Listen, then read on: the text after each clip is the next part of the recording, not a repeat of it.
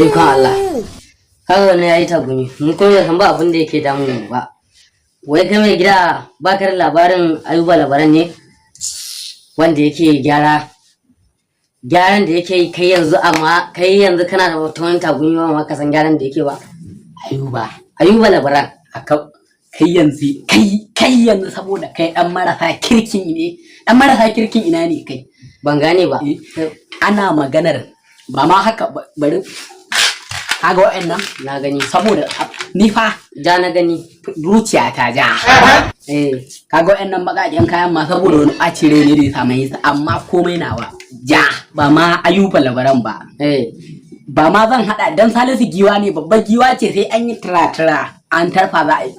Yusuf Abubakar Ciyaman iya shi kadai kawai zan hada ka ne. Wai Yusuf dai da nake jin labari dama. In dai kai a karamar hukumar Gabo kake to ka san waye. Ana ce maka Yusuf zaka ce dakta. To yanzu aikin alherin da ya wuce nan. To ba ne sha kaga Yusuf Dakto daya a nan garin Magami yau mun kai kara uku ba ma shan ruwa. Amma nan take Yusuf Ciyaman ya ce mana a zo a gyara bohal yau sai an sha ruwa a garin Magami. To yanzu ruwan yana nan ya wadace. Kai in ba abin ma yana da zai ji kaman da ya Allah akbar. Yanzu ruwa ya samu. Yanzu magana da ake ya fito Ciyaman na Kabo local government gaba daya.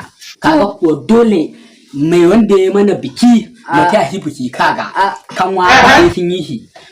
Dogabau su za su zaɓa, cikin garin Kabo su za su zaɓa, Hawade su za su zaɓa, Gammo su za su zaɓa, Garo su za su zaɓa. Kai an ce maka garin labaran ɗin can ma hi suke yi. Masanawa hi suke yi. To ni ma na daina wancan gayyar. Na daina gayyar. A cikin gayyar. Malam ba na jan nan ni ma an kama, ni ma na daina gayyar. Ai ja in daina ba. Ai ni ma